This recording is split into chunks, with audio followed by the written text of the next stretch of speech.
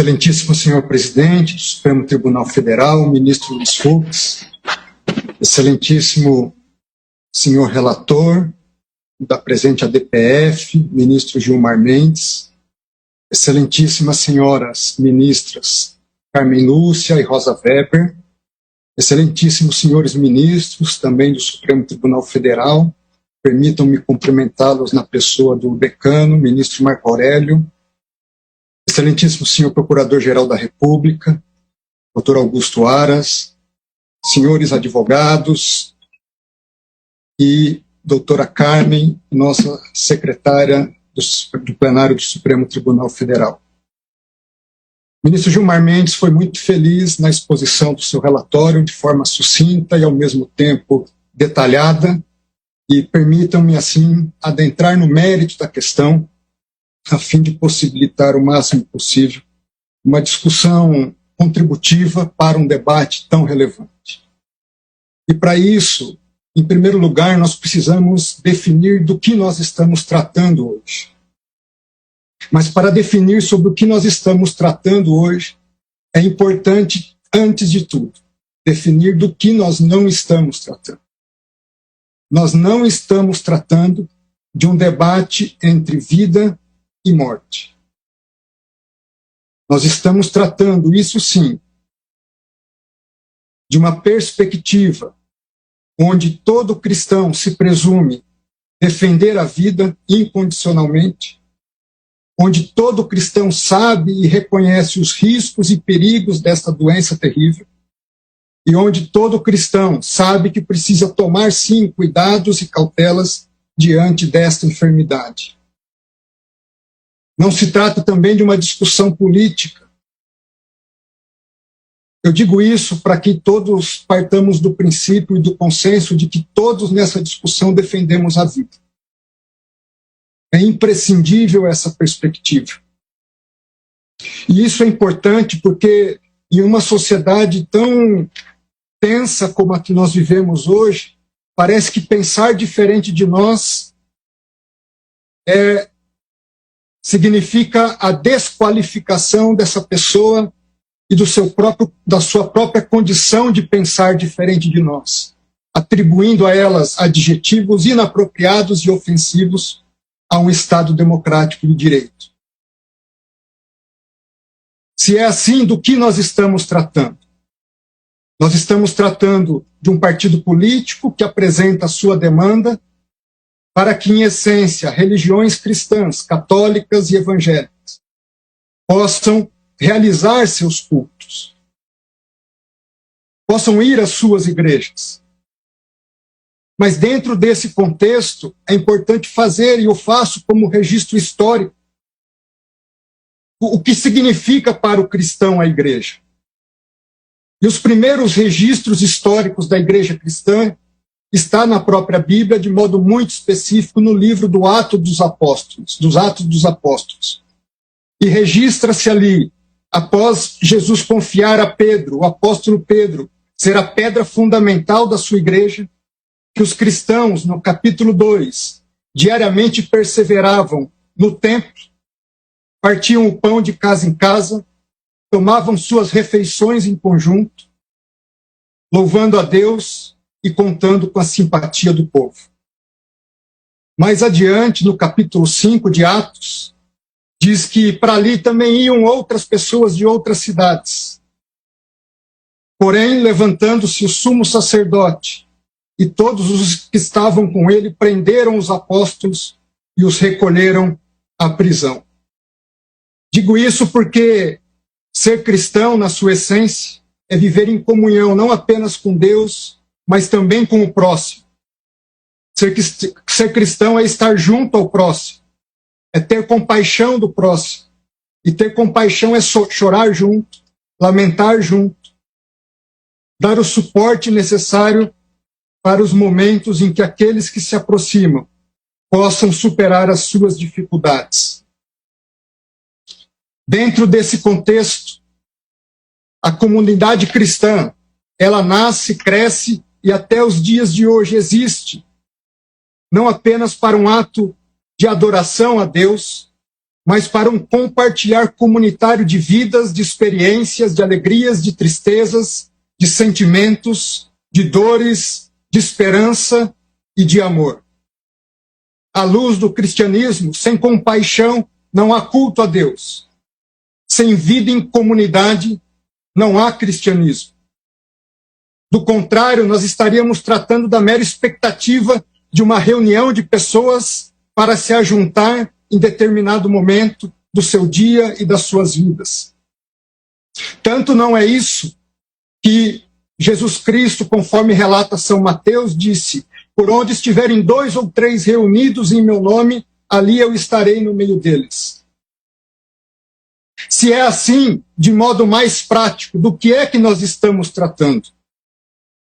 Nós estamos tratando da seguinte discussão: se em momentos de calamidades públicas o que prevalece é a Constituição ou valem outras regras? Se nós podemos suprimir direitos fundamentais sem o respeito às normas previamente estabelecidas pelo poder constituinte? Se nós podemos fazê-lo independente da decretação de medidas excepcionalíssimas como estados de defesa e de sítio?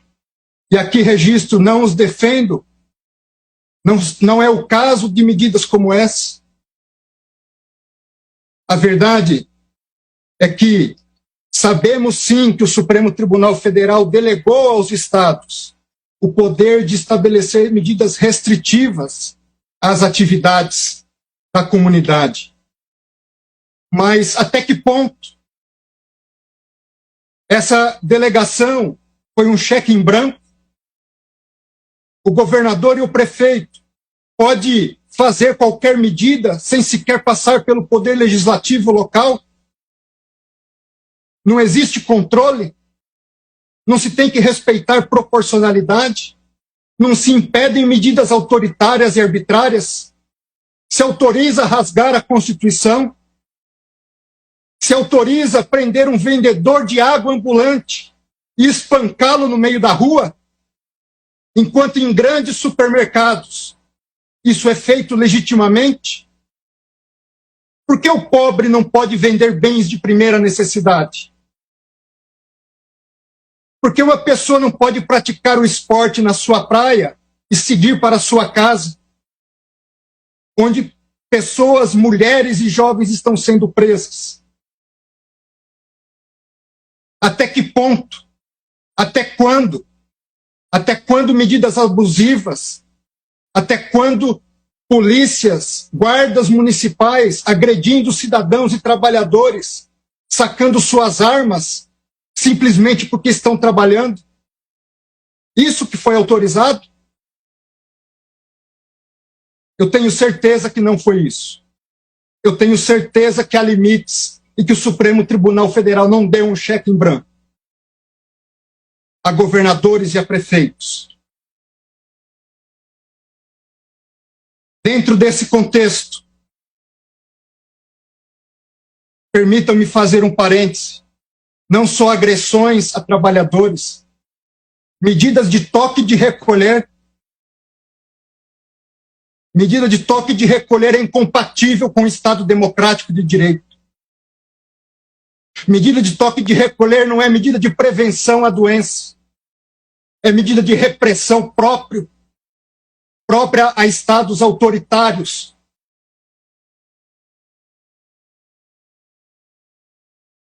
Falemos um pouco de injustiça para tentar encontrar a justiça. Tanto é injusto fechar-se templos e atividades religiosas, que a Suprema Corte dos Estados Unidos, em 2 precedentes, disse isso ser inconstitucional. Um deles citado brilhantemente pelo ministro Gilmar Mendes. O segundo que trata de medidas adotadas pelo Estado da Califórnia, onde disse a Suprema Corte dos Estados Unidos em um dos seus votos: há 4 razões alegadas pelo Estado para proibir os atos religiosos. Em primeiro lugar, a alta interação entre pessoas. Segundo, proximidade física. Terceiro, permanência em períodos longos no mesmo local. Quarto, haver atividades de canto religioso. diz a Suprema Corte, ninguém duvida que esses fatores podem aumentar o risco. Ninguém duvida que há um interesse público em diminuir esse risco. Essa Corte diz, não está negligenciando o sofrimento que muitos experimentam na pandemia. Porém, o Estado da Califórnia se equivocou na medida em que sugere que esses 4 fatores estão sempre presentes na atividade religiosa ou sempre ausentes em outras atividades seculares que a sua regulação permite. O Estado da Califórnia não buscou explicar por que não poderia enfrentar essas preocupações legítimas com regras mais brandas do que o banimento completo dos cultos. Em segundo lugar, vamos comparar situações fáticas similares. Como estão nossos ônibus, nossos trens, nosso transporte aéreo? Nossas secretárias do lar continuam passando 1h30, 2 horas, em ônibus, trens e metrôs superlotados para estarem nos servindo em nossos lares. Hoje nós vamos pegar um avião, tomamos cautela ao entrar no aeroporto, na fila do saguão do aeroporto, mantemos distanciamento e sentamos como uma lata de sardinha, um colado no outro, dentro dos aviões. Foram impedidas reuniões presenciais de trabalho? Os governadores fecharam os sindicatos para suas reuniões, fecharam as associações, fecharam-se partidos políticos. Por que somente as igrejas? Por que essa discriminação? As igrejas, segundo a OMS, o Brasil é o campeão mundial em transtornos de ansiedade. Segundo lugar no mundo em transtornos depressivos que podem levar ao suicídio. E diante de uma situação como essa, artigo publicado no Jornal da Associação Americana de Medicina Psiquiátrica diz que suicídio e coronavírus fazem a tempestade perfeita. E diz um dos trechos do artigo, a frequência semanal a serviços religiosos foi associada a uma taxa de suicídio 5 vezes menor em comparação com aqueles que não frequentam atividades religiosas semanais. No Japão, aumento de 70% no número de suicídios de mulheres em outubro de 2020. Só que, diferentemente de Japão e Estados Unidos, o pobre brasileiro não pode pagar psicólogo. Muitas das vezes é o padre, é o pastor, que está em locais onde o Estado sequer se faz presente. O primeiro a ouvir seus dilemas, suas dificuldades, as agressões que sofrem no lar, a falta de pão, a falta de amizade e de contato com as pessoas. Artigo publicado por Cássia Coelho diz que as atividades religiosas são essenciais no enfrentamento do coronavírus. Ela diz, elas trazem sentido de esperança, reflexão sobre o processamento da testagem positiva, ajuda de várias dimensões no cuidado à saúde, fortalece a humanidade das pessoas. Senhores ministros, senhoras ministras, a Constituição brasileira não compactua com o fechamento absoluto e a proibição das atividades religiosas. Não compactua com a discriminação das manifestações públicas de fé. Tanto é assim que remédios excepcionalíssimos da própria Constituição não admitem sequer esse tipo de medidas que estão sendo adotadas regionalmente. Não há cristianismo, e aqui eu concluo, sem vida comunitária. Não há cristianismo sem a casa de Deus. Não há cristianismo sem o dia do Senhor. É por isso que os verdadeiros cristãos não estão dispostos jamais a matar por sua fé, mas estão sempre dispostos a morrer para garantir a liberdade de religião e de culto. Que Deus nos abençoe, tenha piedade de nós, e eu começo por mim. Muito obrigado.